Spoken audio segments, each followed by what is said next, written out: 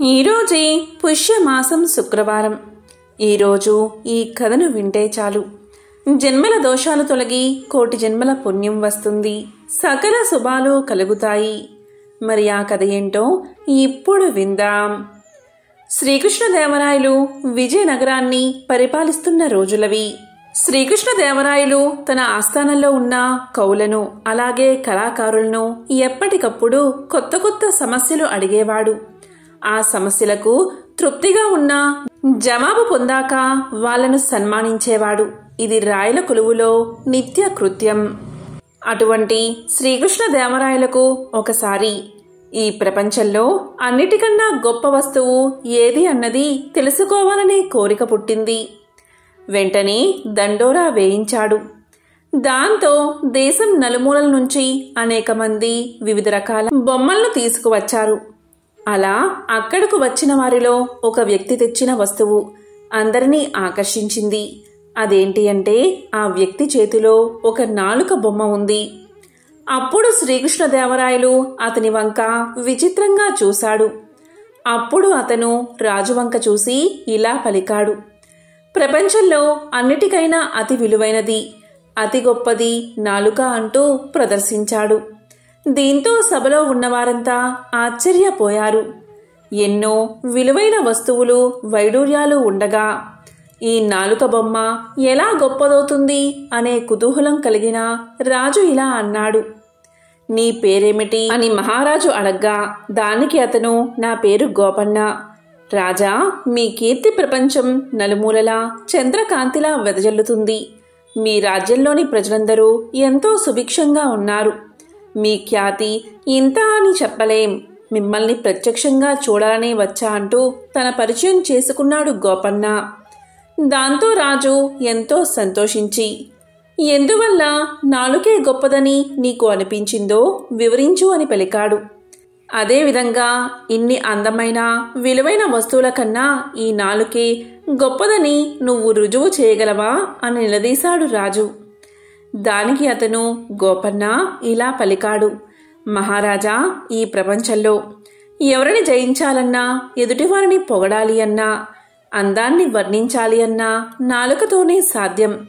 ఒక మనిషి గొప్పతనాన్ని చెప్పాలి అన్నా, ఒక పదార్థాన్ని తిన్నాక, దాని రుచిని చెప్పాలి అన్నా, ఒక వస్త్రాన్ని చూసినప్పుడు, దాని అందం వర్ణించాలి అన్నా, ఒక సౌందర్యవతిని చూసినప్పుడు, లేదా ధైర్య సాహసాలు గల పురుషుణ్ణి చూసినప్పుడు వర్ణించాలి అన్నా తప్పనిసరిగా నాలుక అవసరం. నాలుక పని చేయకపోతే మనం మాట్లాడలేం. పైగా ఇక్కడున్న అన్ని వస్తువుల గొప్పతనాన్ని చెప్పగలిగే సామర్థ్యం కేవలం నాలుకకు మాత్రమే ఉంది అని పలికాడు గోపన్న. ఈ మాటలు విన్న రాజు చాలా సంతోషించి తాను ఇవ్వాలి అనుకున్న బహుమతిని గోపన్నకు ఇచ్చి పంపించాడు. ఇలా రోజులు గడుస్తూ ఉన్నాయి. ఇక శ్రీకృష్ణదేవరాయలకి ఈసారి ప్రపంచంలో అన్నిటికన్నా అతి చెడ్డది ఏదో తెలుసుకోవాలనే కోరిక పుట్టింది. మళ్ళీ దండోరా వేయించాడు రాజు. ప్రజలంతా రకరకాల చెడ్డ వస్తువులతో రాజుగారి ముందుకు వచ్చారు. వాటిల్లో నాగుపాము లాంటి క్రూర జంతువులు, దొంగలు, మంత్రగత్తెలు ఇలాంటి అనేక వస్తువులు ఆయన ముందు ఉంచారు. ఈసారి కూడా గోపన్న నాలుకతోనే మళ్లీ వచ్చాడు. గోపన్నను చూసిన శ్రీకృష్ణదేవరాయలు ఆశ్చర్యంగా ఇలా పలికారు: అదేంటి గోపన్న, కిందటిసారి పోటీ పెట్టినప్పుడు అన్నిటికన్నా అదే గొప్పది నాలుక అన్నావు కదా, బహుమతిని కూడా పొందావు కదా, మరి ఈ ఏడాది అన్నిటికన్నా అది చెడ్డది ఏది అని అడిగినప్పుడు ఇప్పుడు కూడా నువ్వు అదే నాలుకను ఎందుకు తీసుకొచ్చావు అని ప్రశ్నించాడు. అప్పుడు గోపన్న ఇలా సమాధానం చెప్పాడు: మహారాజా, ఒక పని సానుకూల పడాలి అన్నా, ఒకరిని పొగడాలి అన్నా, నాలుక ఎంత ముఖ్యమో ఒకరిని తిట్టాలి అన్నా, పనిని చెడగొట్టాలన్నా కూడా నాలుక అంతే ముఖ్యమని వివరించాడు గోపన్న. ఒక కత్తితో నిర్మాణాత్మక పనులు చేయవచ్చు, అదే కత్తితో విధ్వంసాలు సృష్టించవచ్చు.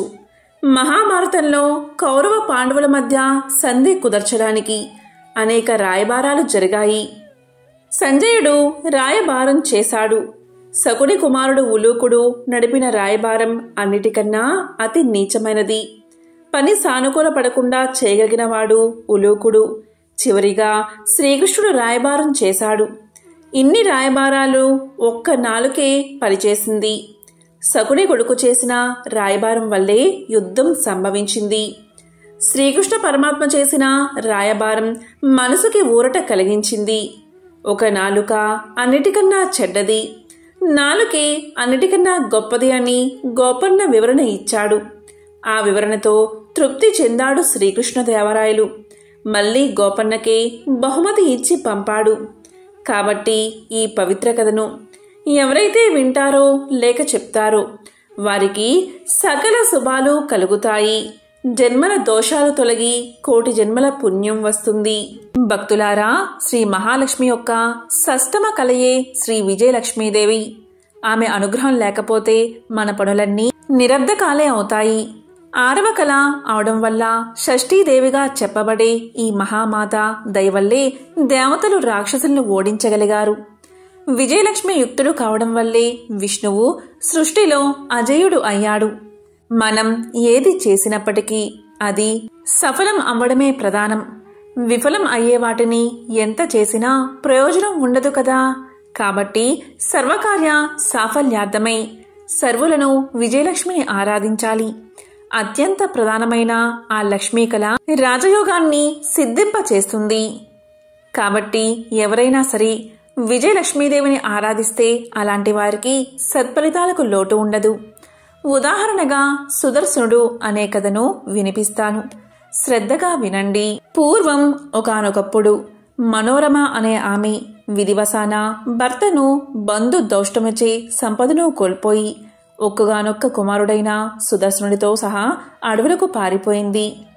గంగా తీరమందలి అడవులకు చేరగా అక్కడ నిషాదులు కొందరు ఆమె దగ్గరున్న స్వల్ప ధనాన్ని అలంకరించుకున్న విలువైన ఆభరణాలు సమస్తం అపహరించుకుపోయారు. కట్టుబట్టలతో మిగిలిన ఆ తల్లి పసికందుతో సహా చెరువులోని భరద్వాజ ఆశ్రమానికి చేరి ఆ ఋషిని శరణు కోరినది. మనోరమ కథను విని భరద్వాజుడు బాధపడ్డాడు. ఇలా పలికాడు, తల్లి, నీ కొడుకు ఎదిగేంత వరకు ఓర్చుకో. నా ఆశ్రమంలోనే ఉండు. వాణ్ణి శ్రేయస్సుకుగాను ఏదైనా యోచన చేద్దాము అని పలికాడు. మనోరమ కొడుకుతో సహా అక్కడే ఉండిపోయింది. ఈ సంగతి తెలిసిన శత్రువర్గం వారు ఆమెను సుదర్శుణ్ణి చంపడానికే ఆశ్రమం మీదకు దాడి చేశారు. విధివశాన ఆ తల్లి కొడుకులు ఎక్కడో దాక్కున్నారు కాబట్టి బతికిపోయారు. ఆ సమయానికి ఎక్కడికో వెళ్లి వచ్చిన భరద్వాజుడు వచ్చి జరిగింది తెలుసుకుని ఆగ్రహించాడు. కాని శత్రువర్గం వారిని శపిస్తే తన తపశ్శక్తి వృధా అయిపోతుందని తన తపశ్శక్తిని వృధా చేసుకోవాలి అనుకోలేదు. అందువల్ల సుదర్శుణ్ణి చేర పిలిచి ఇలా పలికాడు, నాయనా, నీ అభివృద్ధికై నేను చెప్పినట్లు చెయ్యి. ఇక నుంచి నిత్యం దేవిని ఆరాధించు. మహామాయ మహాలక్ష్మి అయిన ఆమె షష్టమ కలయే విజయలక్ష్మి అని పిలుస్తారు. ఆమె అనుగ్రహం లేకపోతే ఎవ్వరికీ జయం కలగదు. కాబట్టి నీవు విజయలక్ష్మి పూజలు చెయ్యి. ఆమె నిన్ను కాపాడుతుంది అని బోధించి సుదర్శనుడికి మంత్రోపదేశం చేశాడు. అప్పట్నుంచి సుదర్శనుడు ఆ మంత్రాన్ని నిత్యము జపించసాగాడు. విజయలక్ష్మిని ఆరాధించసాగాడు. ఆ తల్లి ప్రభావం వల్ల అటుపై వారికెలాంటి ఆపద సంభవించకుండా ఉన్నది. క్రమక్రమంగా సుదర్శనుడు యుక్త వయస్సులోకి వచ్చాడు. అప్పటికే భరద్వాజుడు అతనికి అనేక శాస్త్రాలను ధనుర్విద్యలను నేర్పాడు. శృంగబేర రాజ్యాన్ని ఏలే నిషాదరాజు ఆ సుదర్శుడికి స్నేహితుడు అయ్యాడు. అందు అతనికి మంచి రథాన్ని బహుకరించాడు. మంచి ధనస్సును బాణాల్లో ఇచ్చాడు. సుదర్శనుడు ధనుర్బాణాలు ధరించి రథంపై వచ్చేటప్పుడు గొప్ప యువరాజువలై ఉండేవాడు. కాని కట్టుకోవడానికి నార చీరలు, కడుపు నింపుకోవడానికి కందమూలాలు తప్ప అతనికే విధమైన ఆస్తి లేదు కదా. ఇలా ఉండగా కాశీరాజు కుమార్తె శశికళకు స్వయం వరమని తెలిసినది. ఆ శశికళ విజయలక్ష్మీదేవి భక్తురాలు. తనకు ఎటువంటి భర్త లభిస్తాడా అనే ఆలోచనతో అమ్మవారిని ఆరాధించి పడుకోగా ఆ రాత్రి ఆమెకు స్వప్నంలో విజయలక్ష్మీదేవి కనిపించింది. ఇతడే నీకు అర్హుడు అని చెప్పింది. అతడే దేశపు రాజకుమారుడో అతను పేరేమిటో ఏమీ తెలియవు. భరద్వాజ ఆశ్రమంకు చేరి ఒకానొక బ్రాహ్మణుడు శశికళ స్వయంవర వృత్తాంతాన్ని తెలపగా నిషాదరాజు ప్రోత్సాహంతో సుదర్శనుడు ఆ స్వయంవరానికి వెళ్లబోయాడు.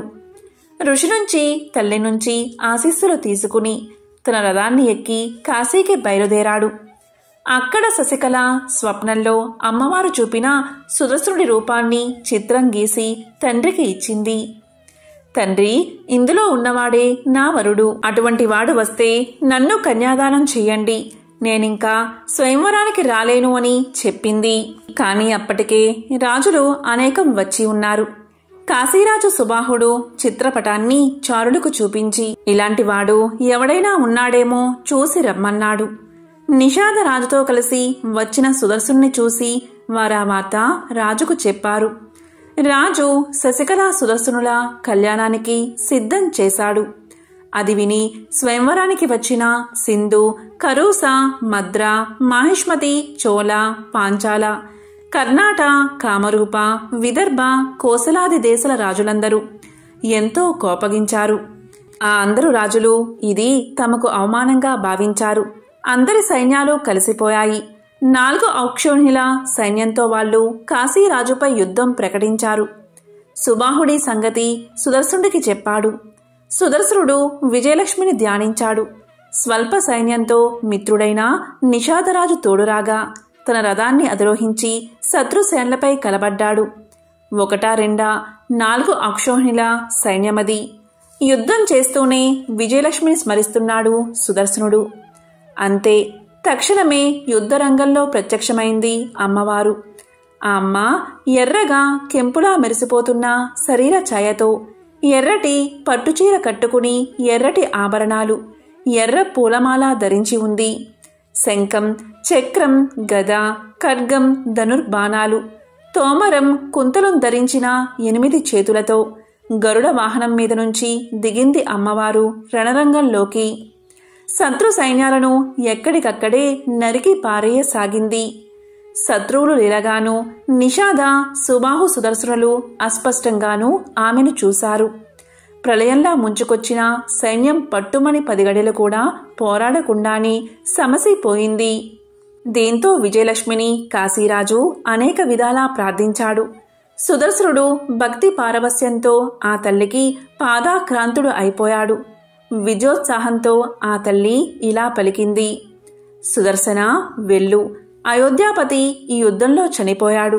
ఆ రాజ్యం నువ్వు ఏలుకో. నేను నీ రాజధానిలో వెలుస్తానుగాక అని అనుగ్రహించి అదృశ్యమైపోయింది విజయలక్ష్మీదేవి. సుదర్శనుడు శశికళను మనువాడి అయోధ్యను పరిపాలించి అఖండ సుఖ విజయాలను పొందాడు. ఎవరైతే ఈ అపూర్వమైన విజయలక్ష్మి మహత్యాన్ని వింటారో లేక చదువుతారో అలాంటి వారికి సర్వ సుఖాలు కలుగుతాయి. తప్పకుండా విజయం చేకూరుతుంది. ఈ కథను విన్నా, చదివినా, చెప్పినా, వినిపించినా సకల శుభాలు కలుగుతాయి. జన్మల దోషాలు తొలగి కోటి జన్మల పుణ్యం వస్తుంది. మరి ఆ కథ ఏంటో ఇప్పుడు ఈ వీడియోలో తెలుసుకుందాం. అదే శ్రీ శుక్రవార లక్ష్మీ కథ. పూర్వకాలంలో సుమేధుడు అనే బ్రాహ్మణుడికి 7 కొడుకులు ఉండేవారు. వారందరికీ వివాహాలు జరిగి భార్యలు కాపురాలకు రావడం వల్ల వేరింట కాపురాలు చేస్తూ ఉన్నారు. ఒకరోజు పొద్దుట శుక్రవారపు మహాలక్ష్మి లోక సంచారం చేస్తూ ఆ బ్రాహ్మణుడి కోడళ్ల ఇంటికి వెళ్ళింది. ఒక కోడలు పొద్దుటే పిల్లలకు భోజనం పెట్టి తాను కూడా తింటూ ఉంది. ఇది చూసి శ్రీ శుక్రవారపు మహాలక్ష్మి ఎంతో బాధపడింది. ఇంకొక కోడలు పాచి వాకిటిలో పేడ వేసుకుంటూ ఉంది. మరొక కోడలు పాత గుడ్డలను పెడుతూ ఉన్నది. మరొక కోడలు పాచి వాకిటిలో వడ్లు దంపుతూ ఉన్నది. మరొక కోడలు పాచి వాకిలి అందే పిల్లలకు తలంటి తాను కూడా తలంటుకుంటూ ఉంది. ఈ విధంగా 6 కోడళ్లు చేయడం చూసి శుక్రవారపు మహాలక్ష్మి వారి ఇళ్లకు వెళ్ళక పెద్ద కోడలు ఇంటికే వచ్చింది. పెద్ద కోడలు ఆ సమయంలో ఇల్లు అలుక్కుని వాకిట కల్లాపు చల్లి స్నానం చేసి పసుపు రాసుకుని బొట్టు పెట్టుకుని కట్టుకున్న బట్ట భర్తకు ఇచ్చి తాను తలుపు వెనుక కూర్చుని ఉన్నది. అక్కడ గల శుభ్రతకు మెచ్చుకున్న శుక్రవారపు మహాలక్ష్మి అరుగు మీద కూర్చుని ఇలా పలికింది. అమ్మాయి, బయటకి ఒకసారి రావమ్మా అని పలికింది. దానికి పెద్ద కోడలు లోపల నుంచి ఇలా సమాధానం చెప్పింది. అమ్మా, నేను రావడానికి వీలులేదు. మేము చాలా పేదవారం. మాకు ఒకటే బట్ట ఉండడం వల్ల దానిని నా భర్తకు ఇచ్చి యాయావారానికి పంపాను.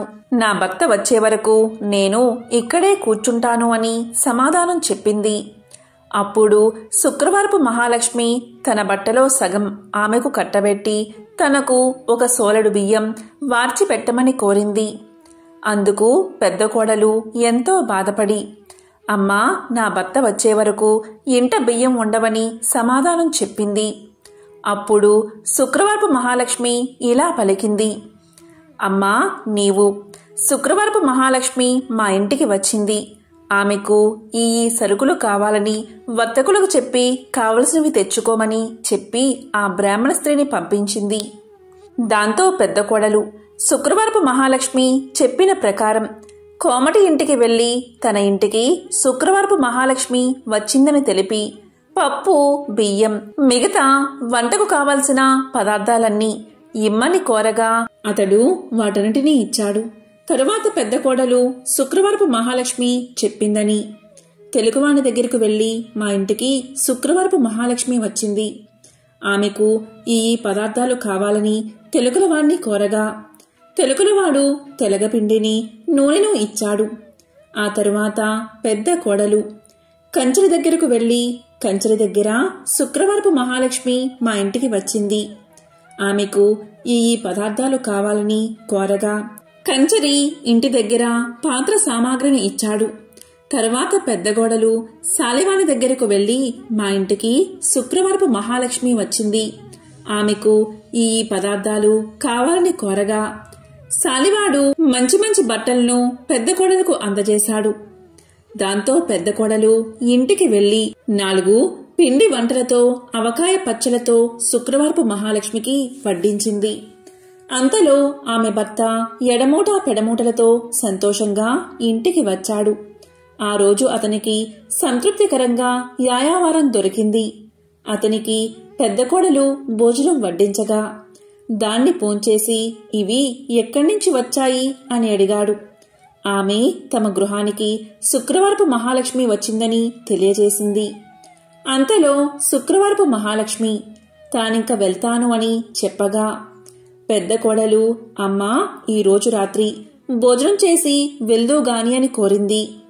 దానికి శుక్రవారపు మహాలక్ష్మి అంగీకరించి రాత్రి భోజనమైన తర్వాత నేను వెళ్తాను అని చెప్పగా అప్పుడా బ్రాహ్మణ స్త్రీ, అమ్మా, ఇంత చీకట్లో ఎక్కడికి వెళ్తావు? రేపటి ఉదయమే వెళ్దూగానిలే అని పలకగానే దానికి శుక్రవారపు మహాలక్ష్మి సమ్మతించి నిద్రపోయి కొంత రాత్రికి లేచి తనకు కడుపు నొప్పుగా ఉన్నదని తెలియచేసింది. బయటికి వెళ్లి వస్తానని చెప్పగా అందుక బ్రాహ్మణ స్త్రీ చీకటిలో వీధిలోకి వెళ్లవద్దు అని ఓ మూలన కూర్చోమని చెప్పింది. మహాలక్ష్మి అదేవిధంగా 4 మూలలోనూ కూర్చుని తెల్లవారే వేళకు మాయమైపోయింది. ఆ బ్రాహ్మణ స్త్రీ నిద్ర మేల్కోగాని ఇల్లు బాగు చేయడానికి చీపుర్ని చేతబట్టి గది యొక్క 4 మూలలా చూసింది. 4 మూలల్లోనూ 4 బంగారు కుప్పలు ఉండడం చూసి ఆమె ఎంతో ఆనందం చెంది భర్తకు ఆ విషయాన్ని తెలియజేసింది. అప్పుడు భర్త తమ ఇంటికి వచ్చిందని సాక్షాత్తు మహాలక్ష్మీదేవే అని భావించి తమపై ఆమె చూపిన దయను తలుచుకుని ఎంతో సంతోషంతో భార్యతో కలిసి శుక్రవార నోమును నోయించుకుని భాగ్యాలను బడసి భక్తి విడువక సంతోషంగా కాలాన్ని గడిపాడు. ఇదే శ్రీ శుక్రవారపు లక్ష్మీ కథ. ఎవరైతే ఈ కథను భక్తి శ్రద్ధలతో వింటారో లేక చదువుతారో వారికి దరిద్ర బాధలు తొలగి సకల ఐశ్వర్యాలు కలుగుతాయి. ధనం మూలం ఇదం జగత్ అనేది అందరికీ తెలిసిన విషయమే. జీవ సమస్తానికి ధనమే మూలం. ధనం లేకపోతే ఆహారం లభించదు. కాబట్టి అలాంటి ధనానికై ఎల్లరూ శ్రీ ధనలక్ష్మీదేవిని ఆరాధించాలి. ఆమె దయకలవాడే కలవాడు. ఆమె దయలేనివాడు లేనివారిలోనే లెక్క. ధనం చాలా విలువైనది, ఇది అందరికీ తెలిసిన విషయమే.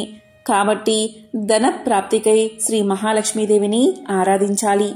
ధనాది దేవత అయిన ఆ శ్రీ ధనలక్ష్మీదేవిని ఆరాధించి ఆమె అనుగ్రహాన్ని పొందాలి. ఆ అమ్మ దయకు పాత్రులై ధనవంతులైన అసంఖ్యాక భక్తులలో ఒకరిద్దరి విషయాలు ఇప్పుడు తెలుసుకుందాం. అదే సమాధి కథ. పూర్వం సమాధి అని ఒక వైశ్యుడు ఉండేవాడు. అతడు విపరీతంగా ధనాన్ని సంపాదించాడు. దానితో అతనికి ధన గర్వం వచ్చింది. కొత్తలో అంతా లక్ష్మీ కటాక్షమే అనేవాడు అతను. రాను రాను దేవుడా లేక దెయ్యమా, నా తెలివితేటలతోనూ బోలెడు పెట్టుబడితోనూ వ్యాపారం చేశాను, అందుకే సంపాదించాను, అంతా నా గొప్పతనమే అండం మొదలుపెట్టాడు. హితవు చెప్పేవారిని కసిరేవాడు, తనకు వంత పాడేవారిని చేరదీసేవాడు. అలా అతని చెంత చేరిన భజనపరులందరూ కూడా అతని వద్ద ధనం తీసుకుంటూ ఉండేవారు. అందుకుగాను వారా సమాధితో కలిసి దైవ దూషణలు కూడా చేస్తూ ఉండేవారు. తద్వారా వారి వద్ద డబ్బు నిలిచేది కాదు. సమాధి వారికి ఎంత ఇచ్చినా అదంతా ఏదోలాగా ఖర్చయిపోతూ ఉండేది. పనికిమాలిన వారికి అనవసరపు ఖర్చులకు డబ్బు ఇచ్చి ఇచ్చి అవసరానికి డబ్బు లేక డాబోసరికి తన పలుకుబడిపై అప్పులు చేసి చేసి అవి తీర్చలేక సమాధి దరిద్రుడైపోయాడు. అతడు పెద్దలను ఆశ్రయించాడు. అప్పుడు పెద్దలు ఇలా పలికారు: దైవమున ఏమున్నది, అంతా నీ గొప్పే అన్నావు కదా, నీ గొప్ప నీవే చూసుకో, ఇక్కడ్నుంచి వెళ్ళిపో అని తరిమేశారు. మరికొద్ది కాలానికి కొడుకులు తిరగబడ్డారు. అప్పులవారు అల్లరి చేయడం మొదలుపెట్టారు. గొప్ప దరిద్రం కలిగినది. చివరికి భార్య కూడా ఎదురు తిరిగినది. నీ వంటి దరిద్రుడితో నేనుండలేను అని చెప్పి పుట్టింటికి వెళ్ళిపోయింది. రుణదాతలకు కుటుంబ ఘాతకులకు వెరచి ఒకానొక రాత్రివేళ సమాధి అడవుల పట్టిపోయాడు. ఈ సమాధి గురించి బాగా తెలిసిన ఒక మిత్రుడు అతనికి సహాయం చెయ్యాలి అనుకున్నాడు. కాని తక్కిన వ్యాపారులు అడ్డుపడుతూ ఉండడం వల్ల ఒకరోజు ఆ మిత్రుడు ఒక చేతికర్ర దొలిపించి అందులో ఖరీదైన వజ్రాలు వేసి సమాధికి ఇచ్చాడు.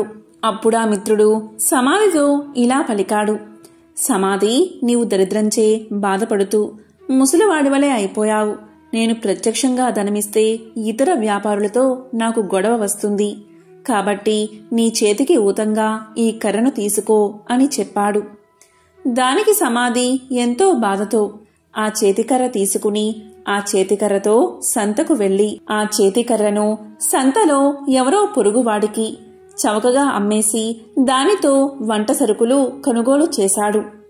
సమాధి చేసింది విని మిత్రుడు ఎంతో బాధపడ్డాడు. సమాధి యొక్క దరిద్రావస్థను ఎలాగైనా తప్పించాలని ఆ మిత్రుడు మరొకసారి సమాధిని పిలిచి ఇలా పలికాడు: సమాధి, ఈ గుమ్మడికాయ తీసుకో అని ఒక గుమ్మడికాయ ఇచ్చాడు. దాని నిండుగా బంగారు కాసులు పోసి ఇచ్చాడు. ఇంటికి వెళ్లి దాన్ని పగలగొడితే ధనం కనిపిస్తుంది కదా అని ఆ మిత్రుడి ఆలోచన. కాని సమాధి ఆ గుమ్మడికాయను వేరొక కూరగాయల వ్యాపారికి అమ్మేసి ఆ చిల్లరతోని ఇంటికి వెళ్లిపోయాడు. మిత్రుడు సహకరించిన ఆ సహాయం పొందక దరిద్రబాధలు భరించలేక సమాధి ఒకరోజు అడవులకు పోవడానికి నిశ్చయించుకున్నాడు. ఇది తెలిసిన అతని మిత్రుడు మార్గమధ్యలో మోహరేలు గుట్ట పోయించాడు. కాని సమాధి ఆ దారికి రాగానే ధనలక్ష్మి కళ్ళలో పడినది. అతని కళ్ళు నలుపుకుంటూ పోయి పోయి మోహరేల గుట్టపై పడి, చీచి, ఎవరో దారిలో రాళ్లగుట్ట పోశారు అని వాటిని అటూ ఇటూ చిమ్మి కళ్ళు నలుపుకుంటూ తన దారిన తాను పోయాడు. అంతా మిత్రునికి చూపి, చూసారా, ధనలక్ష్మి యొక్క అనుగ్రహం తప్పితే ఎలా అవుతుందో, మనమెంత మంచి చేసినా వంచింపబడుచూ ఉంటాడు అని చెప్పాడు. తరువాత సమాధి అడవులకు చేరుకుని తన కష్టాలకై ఏడుస్తూ ఉండగా ఒకానొక ముని అతన్ని చూసి అతని దీనకథను విని ఇలా పలికాడు: సమాధి, కేవలం ధనలక్ష్మిని తూలనాడి ఆమె పూజకు ఆటంకం కలిగించడం వల్లే నీకీ కష్టం కలిగినది. ఇంతకు మించి మరొకటి లేదు. నా మాట విని ధనలక్ష్మీదేవిని పూజించు. ధనం నీకు సమకూరుతుంది. ఆమె బీజమునే జపించు. అని పలికి మంత్రబీజాన్ని చెప్పి జప విధానం చెప్పి మహర్షి వెళ్ళిపోయాడు. సమాధికి మరొక మార్గమేది కనబడకపోవడం వల్ల గతిలేని వాడై ఆ మంత్రాన్ని జపించసాగాడు. అలా చేయగా ఒకనాడు అతని భార్య ఆ అడవిలోనే తారసపడినది. పెళ్లి చేశాక భర్త సజీవుడై ఉండగా ఆడది పుట్టింట ఉండరాదు, కష్టమో సుఖమో భర్తతోటే లోకం పొమ్మని ఆమె పుట్టింటివారు తరిమేశారని చెప్పింది. ఆమె తనతో తెచ్చిన స్వల్ప ధనాన్ని సమాధికి ఇచ్చి క్షమించమని కోరింది. అతి త్వరలో దీపావళి రాబోవుచుండడిచే సమాధి ఆదనంతో నగరానికి వెళ్లి తగు సామాగ్రలు కొని అదేవిధంగా పురోహితుడికి క్షమాపణ చెప్పుకుని తనతో పాటు అడవులకు తీసుకువచ్చాడు. దీపావళి రాత్రి యథావిధిగా యథాశక్తిగా ధనలక్ష్మీ పూజను చేసుకున్నాడు సమాధి. దానితో సంతృప్తిగా శాంతించిన ధనలక్ష్మి సమాధిని అనుగ్రహించింది. దాంతో పురోహితుడు ఊరిలోనికి పోయి సమాధి ఉనికిని అతనిలోని మార్పును అందరికీ తెలియచేశాడు. సమాధి మిత్రుడు అలాగే విప్రుడు కూడా దీన్ని సమర్థించారు. అవును, అమ్మవారిని కించపరచడం వల్లే అతనికి ఇటువంటి గతి పట్టింది కాని సమాధి చెడ్డవాడు కాడు అని మరీ చెప్పగా ఇతర వ్యాపారులు కూడా ఆలోచించి సమాధిని తిరిగి ఊరిలోకి పిలిచారు. మిత్రులు ఇచ్చిన పెట్టుబడితో సమాధి మరలా వ్యాపారాన్ని ప్రారంభించి నిత్యము ధనలక్ష్మీదేవిని పూజిస్తూ ఆ తల్లి అనుగ్రహం వల్ల అతని వ్యాపారం అభివృద్ధి చెందడం వల్ల తిరిగి కోటీశ్వరుడుగా మారి సకల సౌభాగ్యాలతో తులతూగుతూ ఉన్నాడు. కాబట్టి ఎవరైతే ప్రతి గురు శుక్రవార రోజుల్లోనూ అష్టమి, నవమి, దశమి, పౌర్ణమి తిథులయందు ఆ అమ్మవారిని పూజించి ఈ కథను వింటే ధనలక్ష్మీదేవి యొక్క అనుగ్రహానికి పాత్రులు అవుతారు. ఈ కథ విన్నా చదివినా సర్వశుభాలు చేకూరతాయి. ఇదే ధనలక్ష్మీదేవి యొక్క కథ. త్రిలోక సంచారి అయిన నారద మునికి ప్రతిదీ తెలుసుకోవాలనే ఆతృత ఉంటుంది. ఇది మనందరికీ తెలిసిన విషయమే. అదేవిధంగా నారదముని ఒకసారి ఆతృతగా లక్ష్మీదేవిని ఇలా అడుగుతాడు. అమ్మా లక్ష్మీదేవి, మీరెప్పుడూ కూడా విష్ణుమూర్తి పాదాలను ఎందుకు నొక్కుతారు అని అడుగుతాడు. దానికి లక్ష్మీదేవి ఇలా సమాధానం చెప్తుంది. మానవుల నుండి భగవంతుడి వరకు గ్రహాలన్నీ తన్ను ప్రభావితం చేస్తాయని లక్ష్మీదేవి సమాధానం చెప్తుంది. ఈ గ్రహాల చెడు ప్రభావం శ్రీహరి పాదాలను నొక్కడం ద్వారా ముగుస్తుంది. కాబట్టి ఆమె తన శ్రీహరి పాదాలను నొక్కుతుంది అని సమాధానం చెప్తుంది. ఒక మహిళ చేతిలో దేవతల సర్వోన్నతుడైన బృహస్పతి నివసిస్తాడు. రాక్షసుల గురువు శుక్రాచార్యుడు మనుషుల పాదాలలో నివాసముంటాడు. భార్య తన భర్త పాదాలను నొక్కినప్పుడు గ్రహాల యొక్క చెడు ప్రభావాలను నివారించడంతో పాటు సంపద కూడా వృద్ధి అవుతుందని లక్ష్మీదేవి విష్ణు పాదాలను నొక్కడానికి కారణమని ఆమె ఎంతో సులువుగా నారదుడికి సమాధానం చెప్తుంది. లక్ష్మీదేవి ఐశ్వర్యానికి దేవత, జ్యేష్ఠాదేవి దారిద్ర్య దేవత. ఒకసారి వీరిద్దరికీ ఒక చిన్న అనుమానం వచ్చింది. ఆ అనుమానం ఏంటి అంటే తమలో ఎవరు చాలా అందంగా ఉన్నారో అని. ఈ విషయమై వీరిద్దరూ వాదించుకుంటూ ఉండగా వారికి ఎదురుగా ఒక వ్యాపారి వస్తువు కనిపించాడు. ఇక వాదించడం ఆపేసి ఆ వ్యాపారిని అడిగి నిజం తెలుసుకోవాలి అనుకున్నారు అక్కా చెల్లెళ్ళు. అలా అనుకున్నదే తడవుగా జ్యేష్ఠాదేవి లక్ష్మీదేవిలు అతడి ముందుకు వెళ్లి నిల్చున్నారు. తామిద్దరం ఎవరమో కూడా అతడికి వివరించి చెప్పారు. ఐశ్వర్య దేవత లక్ష్మీదేవి, దారిద్ర్య దేవత జ్యేష్ఠాదేవి ఇద్దరూ ప్రత్యక్షమై కనిపించి అలా అడిగేసరికి ఆ వ్యాపారికి నోట మాట రాలేదు. ఇద్దరూ ఒకేసారి కనిపించినందుకు సంతోషించాలో లేక బాధపడాలో కూడా అతనికి అర్థం కాలేదు. విషయమంతా విన్న ఆ వ్యాపారి భయంతో వణికిపోయాడు. ఇద్దరిలోనూ లక్ష్మీదేవే అందమైనదని అతనికి తెలుసు. అయితే నిజాన్ని చెబితే జ్యేష్ఠాదేవికి కోపం వస్తుంది. ఆమెకు కోపం వస్తే తనను ఇంకా పేదవాడిని చేస్తుందని తెలుసు. ఇక లక్ష్మీదేవి అందంగా లేదని చెబితే ఆమెకు కోపం వస్తుంది. ఆమెకు కోపం వస్తే తనకున్న ఈ మాత్రం సంపదను కూడా లేకుండా చేసేస్తుంది. ఏం చేసేది భగవంతుడా అంటూ తలపట్టుకున్నాడు. ఇంతలో ఆ వ్యాపారికి ఒక మెరుపులాంటి ఆలోచన వచ్చింది. ఏదైతే అది అయిందని మనసుకు సర్ది చెప్పుకున్న ఆ వ్యాపారి ఆ దేవతలిద్దరికీ నమస్కారం చేశాడు. వెంటనే ఆ వ్యాపారి ఇలా చెప్పాడు, అమ్మా, ఓ మహాలక్ష్మి, నువ్వు ఇంట్లోకి వస్తున్నప్పుడు నీ అంత అందమైన స్త్రీ భూలోకంలో కాని స్వర్గలోకంలో కాని ఎవరూ ఉండరు అని చెప్పాడు. అలాగే జ్యేష్ఠాదేవి వైపు చూసి, అమ్మా, ఓ జ్యేష్ఠాదేవి, నువ్వు ఇంటి నుంచి బయటకు వెళ్తుంటే నీ అందం సొగసు వర్ణించేందుకు మాటలు చాలవు. ఆ సమయంలో నీ అందాన్ని ఎవరితోనూ పోల్చలేము అని సమాధానం చెప్పాడు. ఆ వ్యాపారి ఎవరి మనసులో నొప్పించని విధంగా చెప్పిన తీరు జ్యేష్ఠాదేవి లక్ష్మీదేవులను సంతృప్తిపరిచింది. అతడు ఇద్దరిని విజేతలుగా నిర్ణయించాడని వారిద్దరూ అర్థం చేసుకున్నారు. దాంతో ఇద్దరూ అతడి నిర్ణయానికి సంతోషపడుతూ అక్కడ్నుంచి మాయమయ్యారు. ఇక్కడ అర్థం చేసుకోవాల్సింది ఏంటి అంటే, జ్యేష్ఠాదేవి లక్ష్మీదేవులు ఎవరికి వారు విజేతలమని అనుకుంటూ వెళ్లారే కాని నిజానికి నిజమైన విజేత ఆ వ్యాపారే. ఎందుకంటే అతడు ఐశ్వర్య దేవత అయిన లక్ష్మీదేవి అభిమానాన్ని పొందడమే కాదు, లక్ష్మీదేవి బద్ధ శత్రువైన జ్యేష్ఠాదేవిని సైతం సంతృప్తిపరిచాడు. కాబట్టి నిజమైన విజేత ఆ వ్యాపారే. లక్ష్మీదేవి అదృష్టానికి శుభానికి సంకేతం, అయితే జ్యేష్ఠాదేవి దరిద్రానికి సంకేతం. పురాణాల ప్రకారం లక్ష్మీదేవి జ్యేష్ఠాదేవులు ఎవరు ఎక్కడ ఉండాలి అనే విషయం గురించి చర్చలు మొదలవుతాయి. ఈ క్రమంలోనే లక్ష్మీదేవి వెళ్లి సముద్ర గర్భంలో దాక్కుంటుంది. సముద్ర గర్భం నుంచి తను బయటికి రావాలని జ్యేష్ఠాదేవి కోరడంతో తాను బయటకు వచ్చి ఏ ప్రదేశంలో కొలువై ఉండాలో తెలియచేస్తుంది. ఈ విధంగా సముద్ర గర్భం నుంచి బయటకు వచ్చిన లక్ష్మీదేవి తాను పసుపు కుంకుమల్లో కొలువై ఉంటానని చెప్తుంది. అందుకే ఏదైనా శుభకార్యాలలో పసుపు కుంకుమలకు అంత ప్రాధాన్యత ఇస్తాము. పెళ్లి పత్రికలకు కూడా పసుపు కుంకుమ రాయడం వల్ల సాక్షాత్తు లక్ష్మీదేవిని ఆహ్వానించినట్లు. ఇలా పసుపు కుంకుమ రాయడం వల్ల ఆ పెళ్లిలో ఎలాంటి ఆటంకాలు లేకుండా లక్ష్మీదేవి కృప నూతన వధూవరులపై ఉంటుందని భావిస్తారు. అందుకే వివాహ ఆహ్వాన పత్రికలకు పసుపు కుంకుమలు రాస్తారని పురాణాలు చెబుతున్నాయి.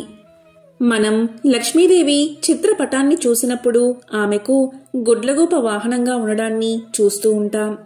లక్ష్మీదేవికి గుడ్లగూప ఎలా వాహనమైనది అనే ప్రశ్న మనల్ని పట్టి పీడుస్తుంది. దానికి సమాధానం ఇప్పుడు తెలుసుకుందాం.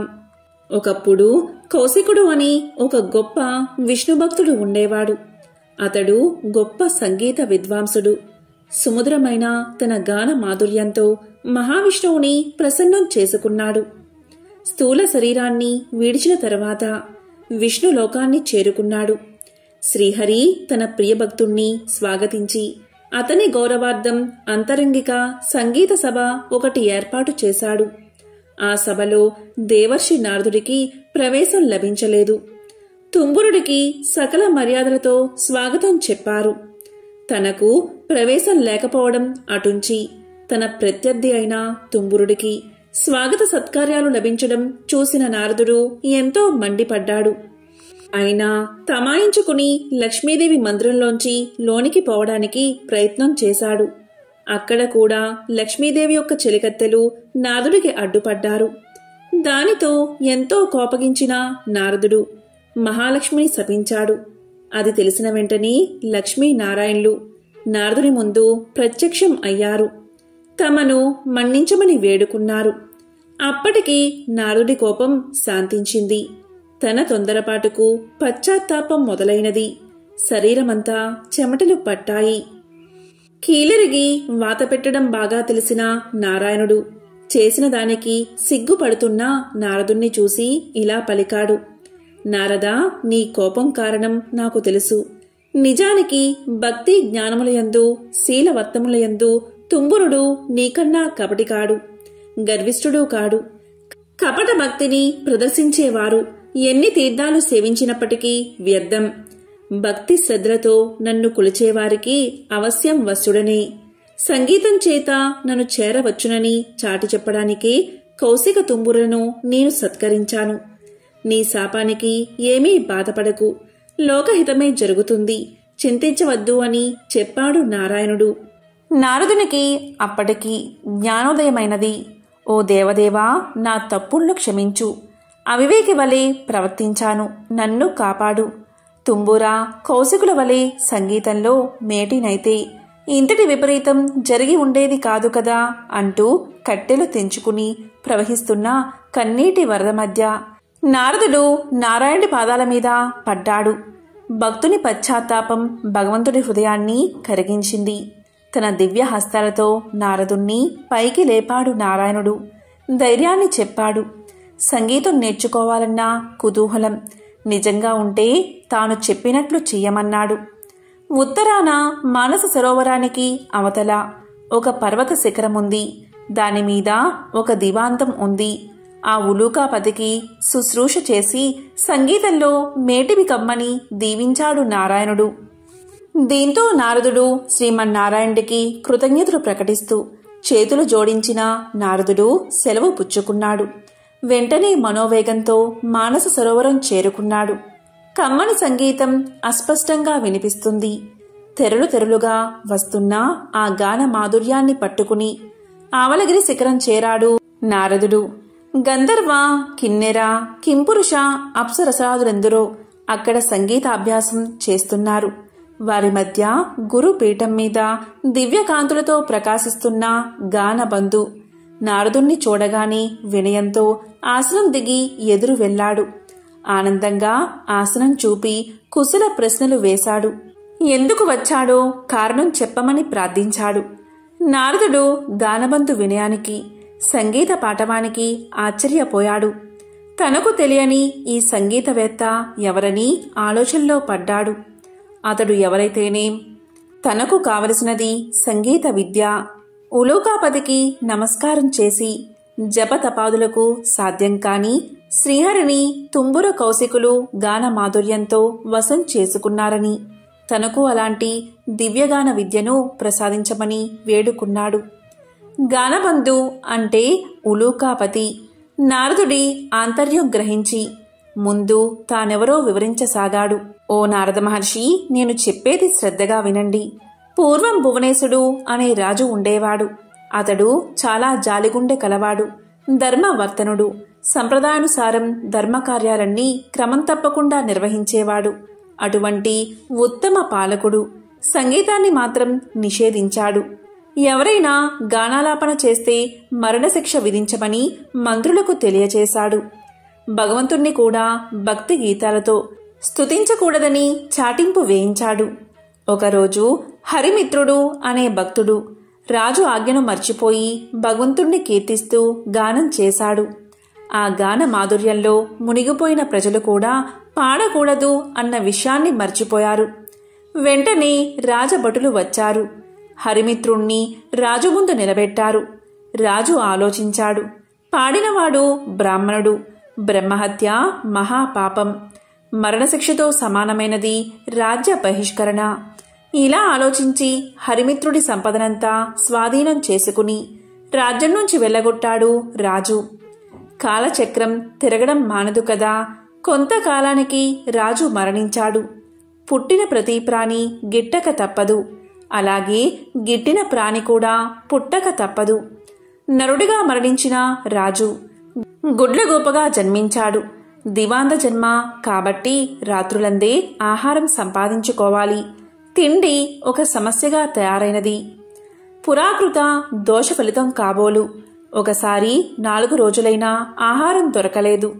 ఆకలి దుర్లభమైపోయినది. చివరికి మరణాన్ని ఆహ్వానించాడు. అతడు పూర్వజన్మలో చేసుకున్న సుకృతం వల్ల మరణదేవత యమధర్మరాజు వచ్చి ఎదురుగా నిలబడ్డాడు. ప్రాణం తీయకుండా ఎదురుగా నిలబడ్డ యముణ్ణి చూసి, ధర్మరాజా, ఎందుకు ఈ విధంగా నన్ను బాధపెడుతున్నావు? నేను గత జన్మలో రాజుగా ప్రజలపై ఎంతవరకు దయాదాక్షిణ్యాలు చూపించాలో అంతవరకు చూపించాను. నీవెందుకు నాపై దయ చూపవు అన్నాడు భువనేశుడు. దివాంద స్థితికి యమధర్మరాజు ఎంతో జాలిపడ్డాడు. తాను చేసిన తప్పేమిటో తెలియకుండా ఎవరైనా శిక్ష అనుభవించడం ధర్మం కాదు కదా. తెలిసినప్పుడే కదా పశ్చాత్తాపం కలిగేది. అలా ఆలోచించి అసలు విషయం చెప్పాడు యమధర్మరాజు. దివాందమా, నీవు రాజుగా ఉన్నప్పుడు అనేక సత్కార్యాలు చేసిన మాట నిజమే. కాని పరమాత్ముణ్ణి వేద మంత్రాలతో మాత్రమే స్తుతించాలని శాసించడం నీ మూర్ఖత్వం. పరమ పావనమైన సంగీతంతో హరికీర్తన చేసిన హరిమిత్రుణ్ణి శిక్షించిన పాపం తక్కువైంది కాదు కదా. ఆ పాప ఫలితం కొండంతై నీకు లభించిన పుణ్యఫలానికి మించిపోయింది. అదే నేడు నిన్ను పట్టి పీడిస్తుంది. విష్ణు భక్తులకు చేసిన కీడు నీకీ అవస్థ తెచ్చిపెట్టింది. దీని నుంచి బయటపడ్డం ఎవరికీ సాధ్యం కాదు. సమవర్తి చెప్పింది విన్నాక, అంటే యముడు చెప్పింది విన్నాక గాని దివాందానికి తాను చేసిన తప్పేమిటో అర్థం కాలేదు. ఏ మార్గంలో అయినా భగవంతుణ్ణి స్తుతించవచ్చు అనే జ్ఞానం కలిగింది. చేసిన తప్పుకు క్షమించి ఎలా అయినా బయటపడే మార్గం చూపించమని ధర్మదేవత పాదాల మీద పడ్డాడు. దీంతో యముడి హృదయం కూడా ద్రవించింది. ఉలూకరాజా, చేసిన తప్పుకు శిక్ష అనుభవించక తప్పదు. దేనికి మించిన శిక్ష అనుభవించినచో శిక్షాకాలం తగ్గుతుంది. అంగీకరిస్తే ఆ గుహలోనికి రా. అందులో నీ గత జన్మ దేహముంది. అందుండి రోజుకు కొంత మాంసాన్ని చీల్చుకుని భక్షించు. అది పూర్తయిన తర్వాత నీకు శుభం కలుగుతుంది అని దీవించి వెళ్ళిపోయాడు. ఓ మహర్షి, ఆ దురదృష్టవంతుణ్ణి నేనే. ఆ తరువాత నేనొక రోజున నా శవం వద్ద కూర్చుని ఉండగా దివ్య తేజస్వి అయిన ఒక బ్రాహ్మణుడు రథంలో పోతూ నా ముందున్న శవాన్ని చూసి రథాన్ని ఆపాడు. దగ్గరకొచ్చి చూసి, ఇది భువనేశ్వరి కాయం వలె ఉన్నది. ఇది ఇక్కడెలా పడి ఉన్నది? దీన్ని ఈ పక్షి తినడమేమిటి అంటూ ఆశ్చర్యాన్ని ప్రకటించాడు. అప్పటికి నేను ఆ విప్రుణ్ణి గుర్తించాను. అతడు నా చేత బహిష్కరించబడిన హరిమిత్రుడు. వెంటనే అతని పాదాలపై పడి ప్రార్థించాను. తప్పుకు క్షమించమని అడిగాను. దుఃఖాశ్రువులు నేల రాలుతూ ఉండగా యమధర్మరాజు తెలియచేసిన విషయమంతా వివరించాను. హరిమిత్రుడు అది విని చలించిపోయాడు.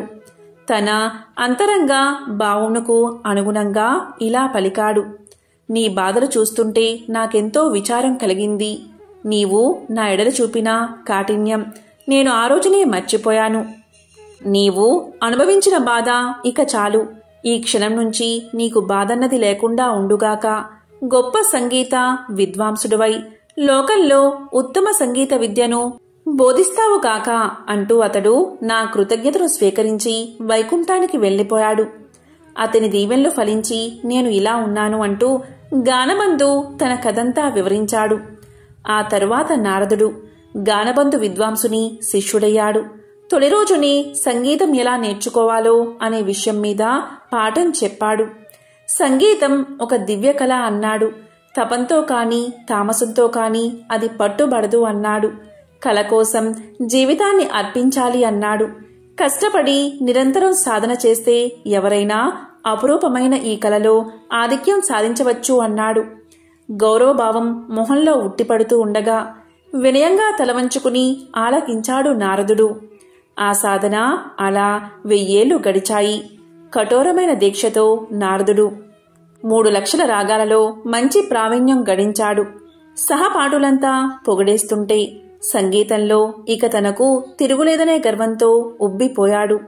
అమిత ఆనందంతో గురువును చేరి కృతజ్ఞతలు చెల్లించాడు. గురుదక్షిణ చెల్లిస్తాను, ఏమి కావాలో సెలవివ్వమన్నాడు. ఎంతటి కోరికైనా సంశయించవద్దు అన్నాడు. శిష్యుడి పలుకులు విన్న ఆ గురువు ఎంతగానో సంతోషించాడు. ఓ మహర్షి, దేవర్షులైన మిమ్మల్ని నేనేమి కోరగలను? దివాందమునకు కావలసిన అవసరాలు ఏముంటాయి? శిష్యుడివి అయినందున ఏదో ఒకటి కోరుకోక తప్పదు. ఈ ధరాతలం నిలిచి ఉండే వరకు సంగీత కళతో పాటు నేను సైతం లోకంలో గుర్తుండేలా వరాన్ని ప్రసాదించు అని తన మనసులోని మాటను బయట పెట్టాడు. అప్పుడు నారదుడు విశాలంగా నవ్వాడు. ఓ గురువర్యా, ఇది మరీ చిన్న కోరిక. ఈ చిరు కోరిక మీకున్న సంగీత పాండిత్యం తీర్చగలదు. శిష్య ప్రశిష్య కోటి వలన భూతలమున సంగీత కళ నిలిచి ఉన్నంత వరకు మీ కీర్తికి అంతులేదు. మీరు చేసిన ఈ మహోపకారానికి గురు దక్షిణిగా లక్ష్మీనారాయణల కటాక్షం, వారి సేవా భాగ్యాన్ని, శాశ్వత సన్నిధానమును ప్రసాదిస్తున్నాను. ప్రళయం సంభవించిన వేళ శ్రీ మహావిష్ణువునకు గరుత్మంతుని వలె శ్రీ మహాలక్ష్మికి నీవు వాహనమై తరింతువుగాక అంటూ శిష్యుడికి కానుకను దేవర్షిగా వరాన్ని సమర్పించి సెలవు తీసుకున్నాడు నారదుడు. ఈ విధంగా గానబంధు అనే గుడ్లగూప లక్ష్మీదేవికి వాహనంగా మారింది. ఎవరైతే ఈ కథలను వింటారో లేక చదువుతారో వారికి శ్రీ మహాలక్ష్మీదేవి యొక్క అనుగ్రహం, కరుణా కటాక్షాలు తప్పకుండా కలుగుతాయి. రుణ సమస్యలు తొలగి లక్ష్మీ కటాక్షం కలుగుతుంది. ఓం శ్రీ మహాలక్ష్మియే నమః. ఓం నమో నారాయణాయ. ఓం శ్రీ మాత్రే నమః. ఓం నమః శివాయ.